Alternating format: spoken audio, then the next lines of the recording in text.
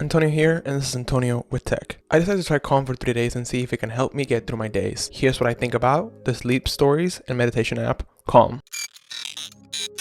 The first time I found out about Calm, it was on a billboard on Sunset and Vine featuring LeBron James. At first I didn't pay much attention since I quite honestly do not like meditation at all. I am alright with some stories if both the audio quality and story are engaging, but towards the end of 2020, I gave it a try through their free trial. What exactly is Calm and how did it start? Calm started in 2012 and by 2017 it had raised over $1.5 million in angel investors. The company has meditation products including guided meditations, a book, narrated sleep stories, and health and meditation videos. So February 2019, the company was valued at $1 billion and had raised $116 million with contributions from existing investors including Inside Venture Partners, Ashton Sound Ventures, and Creative Artists Agency or CAA. Calm was Apple's App of the Year in 2017, but does the app live up to the expectations I had? And is the quality of the products we're paying for the subscription? Or can you just find the same, if not better, content somewhere else for meditation, sleep stories, any of those things? Let's start with the app's interface. The app's interface is super user-friendly in my opinion, as it should. The navigation is very simple and is divided into sections between the For You,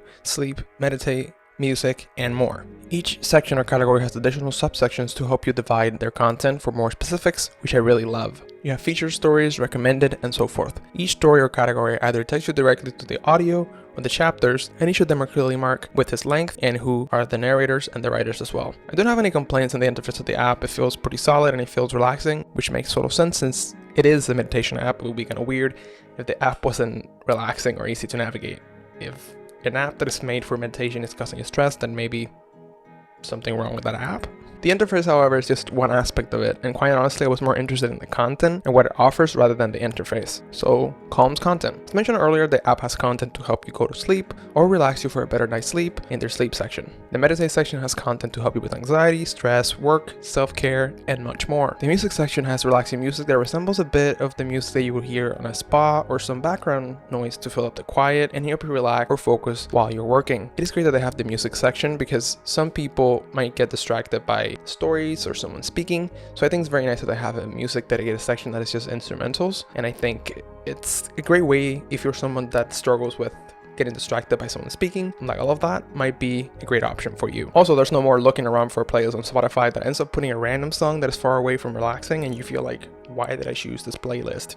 Like, this is not a music that I want to be listening to. So in this case, if you're looking for also music that is curated and relaxing and actually follows the categories that you're looking for, then Calm can also be an option for you as well. Still, in terms of the content, at times I feel that like there's a lot of content and you might not know where to start, or at least that was my experience for a little bit. But once you decide on a category or a section that you want to focus on, I think it becomes a lot easier to narrow down the options that you have and the things that you can listen to, the things that you can watch. So just take that into consideration as well. Let's move on to quality. Overall, from the few stories and guided meditations I tried, I think the audio quality is great. Nothing distracting going on. Sounds professional, and the narrators for the most part bring either the emotions or the relaxation needed to make it work. They're able to carry the story without being distracting, which is a huge plus. I cannot tell how many times I've listened to guided meditations, or even just music in general, or even just a class, either if it's yoga or any sort of class like that. And I'm not a big fan of any of those things. So I think when I first tried Calm, I was a little bit skeptical about any of these things, because sometimes some of the people that do the narrations for them can be a little bit, I don't want to say annoying, but a little bit distracting. So I was kind of surprised to find how they balance off the story, the music, and the narration and the guided meditations without feeling that it was way too much in your face. That is just my personal opinion and my personal preference, so I'm just putting that out there. I was of course a bit wary when I saw a few celebrities, and I feared that they were hiring celebrities to attack customers, and while I am sure that is one of the reasons why they show celebrities like LeBron James and Matthew McConaughey, I also think that it was a perfect pairing for what they're both doing and a few other celebrities that are on the Calm app. The next thing I wanted to talk about is Calm's feature. You have access to your profile, checking, streaks, calendar, and history.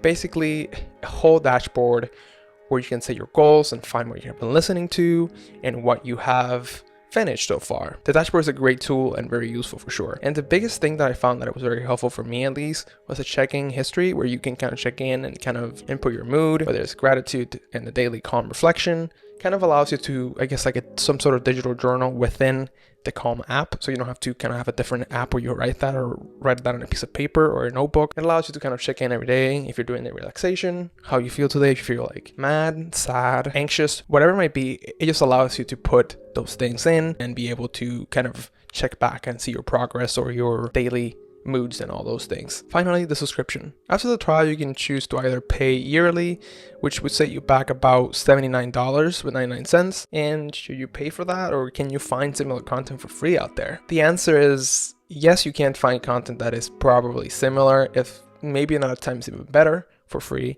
or for less money. But on some final thoughts, these days, of course, you could find a lot of things for free, and maybe you could find something similar for free. But if you want high quality content with access to features and a variety of things for $79.99 a year, it's not a bad deal for what you get. I would definitely give it a try and see if it works for you. As I said at the beginning of the video, I hate meditation, and using Calm, at least to a certain degree, has allowed me to at least try it for a few days. Will I keep doing it again? I think maybe it'll be a thing where I maybe do it twice a week. I think it's something that, at least for me, it's not something that I love or enjoy doing. So I definitely want to get more into that rhythm and get more into that habit of doing some guided meditations, or even just listening to sleep stories at night to help me relax and all those things. So I would definitely keep using it. It's something that I definitely think is worth it in the long run, and for $79 compared to other things, and also just having an app and the reminders and everything come in handy for sure. Also, if it's not for you after you try Calm, then you can cancel after the trial. It's not an issue with that either. So let me know